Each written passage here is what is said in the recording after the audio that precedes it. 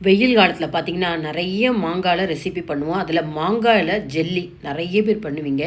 ரெண்டே ரெண்டு முக்கியமான டிப்ஸை நீங்கள் ஃபாலோ பண்ணிட்டீங்கன்னா கஷ்டப்பட்டு நம்ம செய்யக்கூடிய இந்த மாங்காய் ஜெல்லி பார்த்தீங்கன்னா ஒரு வருஷம் வரைக்கும் ஹார்ட் ஆகாது, நிறம் மாறாது, ரொம்ப சாஃப்டாக இருக்கும். இப்போ நான் சொல்கிற மெத்தடை நீங்கள் மாம்பழத்தில் கூட ட்ரை பண்ணலாங்க. இப்போ மாங்காய் ஜெல்லி பண்ணுறதுக்கு பார்த்தீங்கன்னா 850 கிராம் எடை உள்ள மாங்காய் எடுத்திருக்கேன்.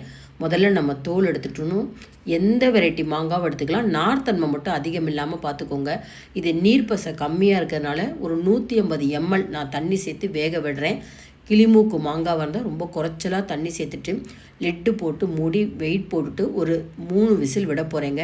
இதே கிளிமூக்கு மாங்காய் இருந்தால் ஒரு விசில் விட்டால் போகிறோம், நல்லாவே வெந்துடும். இந்த வேக வச்ச மாங்காவை நம்ம மேஷர் வச்சு நல்லா மசிச்சுக்கலாம். சூடாக இருக்கிறப்பே மிக்சியில் போட்டு அரைக்கணுங்கிற அவசியமே இல்லை. இந்த மசித்த மாங்காவை உடனே நம்ம ஒரு ஜூஸ் வடிகட்டலில் சூடாக இருக்கிறப்பே கரண்டியால் தேய்ச்சி விட்டு நல்லா வடிகட்டி எடுத்துட்டா அந்த நார்த்தன்மையெல்லாம் தனியாக பிரிஞ்சு வந்துடும். இப்போ இதை அளந்துக்கணும்.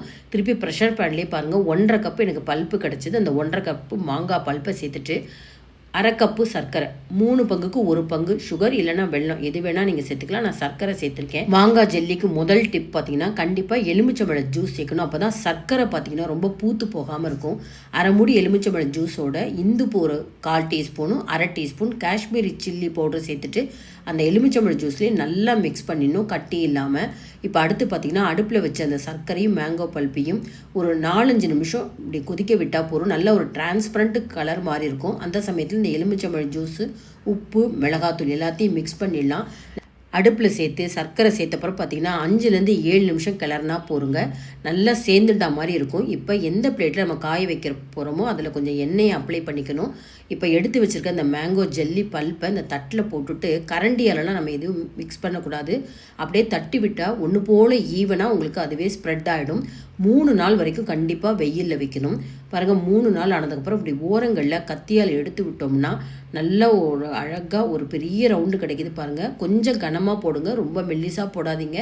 பாருங்கள், கடைகளில் கொடுக்குற மிக்ஸ்டு ஃப்ரூட் ஜெல்லி காமிக்கிறேன், எப்படி அவங்க பேக் பண்ணியிருக்காங்க பார்த்தீங்களா. இந்த மாதிரி கவரில் வச்சு கொடுக்குறப்போ ஒரு வருஷம்னாலும் உங்களுக்கு வீணாக போகாது, காற்று படாமலும் இருக்கும். இப்போ நமக்கு எந்த சைஸில் வேணுமோ அந்த மாதிரி மேங்கோ ஜெல்லி சின்ன சின்னதாக கட் பண்ணிக்கலாம். நான் கடைகள் எப்படி விற்கிறாங்களோ அதே போல் சின்ன சின்னதாக நான் கட் பண்ணியிருக்கேன். எவ்வளோ தடிமனாக போட்டிருக்கேன் பார்த்தீங்களா. எப்போதுமே மேங்கோ ஜெல்லி போட்டிங்கன்னா கொஞ்சம் தடிமனாக நீங்கள் போட்டால் தான் ஒரு வருஷம் வரைக்கும் உங்களுக்கு ரொம்ப சாஃப்டாக இருக்கும். கவரில் இந்த மாதிரி ஸ்டோர் பண்ணிக்கோங்க. ஃப்ரிட்ஜிலலாம் வைக்கணும்னு அவசியமே இல்லை. ஒரு நீர்த்தாக அடித்தாலோ புளிப்பாது சாப்பிடணும்னு நினச்சாலோ இந்த மேங்கோ ஜெல்லியை வருஷம் முழுக்க நீங்கள் எடுத்து சாப்பிட்லாம். ரொம்ப நல்லா இருக்குங்க. அவசியம் இந்த வீடியோ பார்த்தோன்னே இந்த மாதிரி மேங்கோ ஜெல்லி ட்ரை பண்ணி பாருங்கள். இந்த வீடியோ பிடிச்சிருந்தா லைக்ஸ் கொடுங்க, மறக்காமல் சேனலுக்கு சப்ஸ்கிரைப் பண்ணுங்கள்.